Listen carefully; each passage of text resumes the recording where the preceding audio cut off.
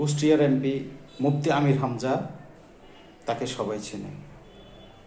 কিছু বেপাস মন্তব্য উনি বিভিন্ন সময় করেছেন, সেজন্য উনি সরিও বলেছেন। আসলে আমরা যখন 2-3 মিনিট কথা বলি তখন আমাদেরও কিন্তু বিভিন্ন বেপাস কথা বের হয়। আর ওয়াজের মাঠে একজন হুজুর যখন ঘন্টার পর ঘন্টা ওয়াজ করে, তার বেপাস কথা বের হবে না, ব্যাপারটা কিন্তু তা না।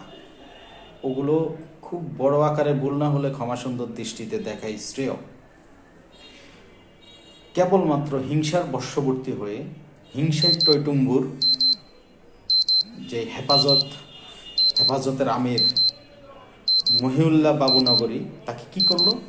সোদানির ফোয়া বলে গাল দিল। যাই হোক, ভাগ্যের কি নির্মম পরিহাস যে সে মুফতি আমির হামজা সংসদে শপথ নিচ্ছে, আর সেটা দেখতে গেলেন মহিবুল্লাহ বাবুনগরী কার দাওয়াতে? তারেক জিয়ার দাওয়াতে। তো তুমি রইলে গ্যালারিতে, খেলোয়াড় কিন্তু মাঠে।